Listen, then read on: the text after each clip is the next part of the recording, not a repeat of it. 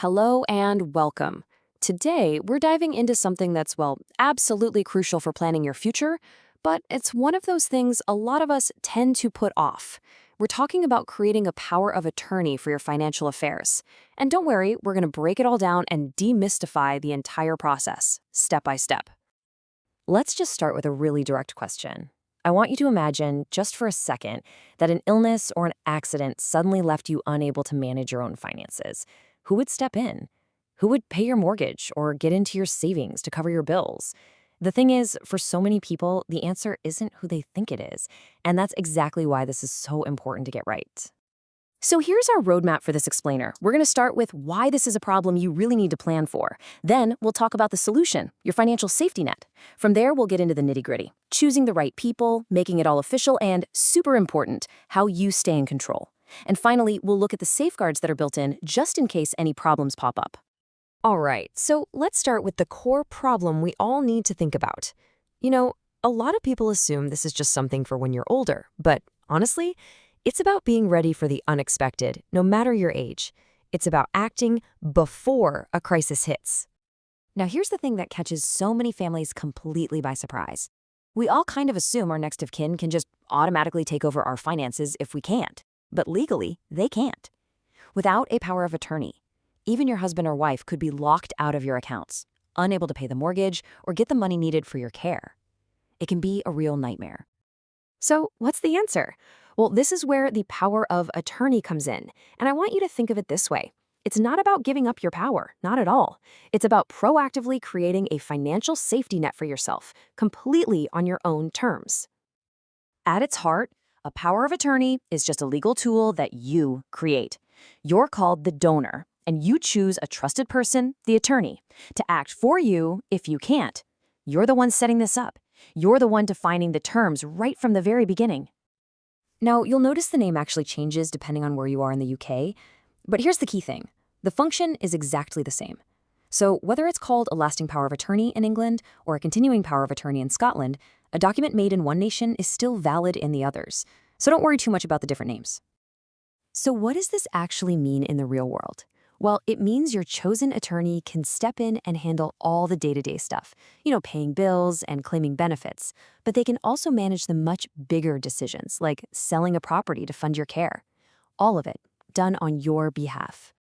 Okay, now we're getting to what is maybe the most important decision in this entire process, choosing who you're going to appoint.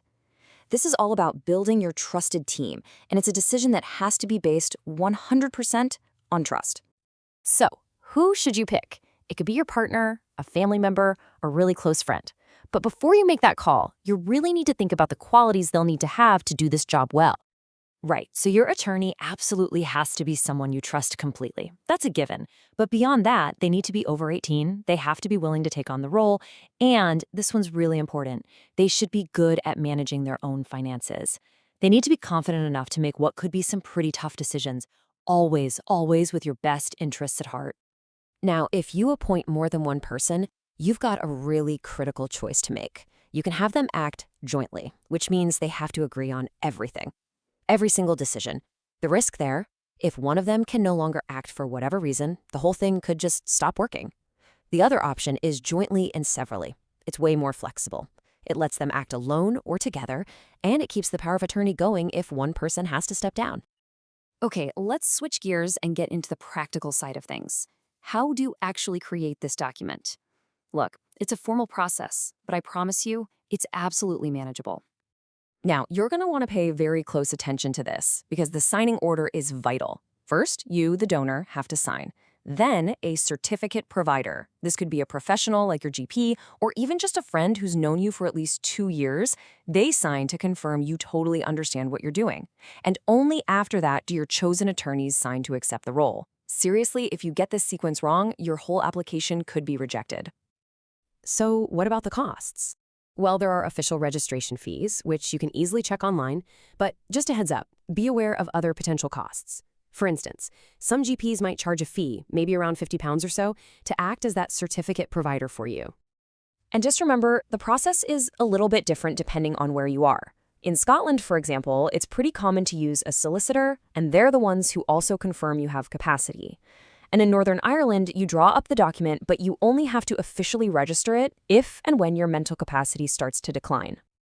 Let's be really clear about something. Creating a power of attorney doesn't mean you're handing over control of your life today. Not at all. It means you're making a smart plan for the future, and you're doing it on your own terms. You've actually got a ton of ways to stay in the driver's seat. You can write a letter of wishes to guide your attorney's decisions. You can even restrict certain powers. You can also state that it can only be used if you lose what's called mental capacity, which is the ability to make your own decisions. And in fact, as long as you have that capacity, you can change your mind and cancel the whole thing at any time. Of course, the big question on everyone's mind is, what if something goes wrong? What if the person I choose doesn't do the right thing? And the good news is, there is some very real, very strong safeguards built right into the system to protect you. This right here is the single most important rule of the whole thing. Your attorney has a strict legal duty to act only in your best interests. This isn't just a friendly suggestion.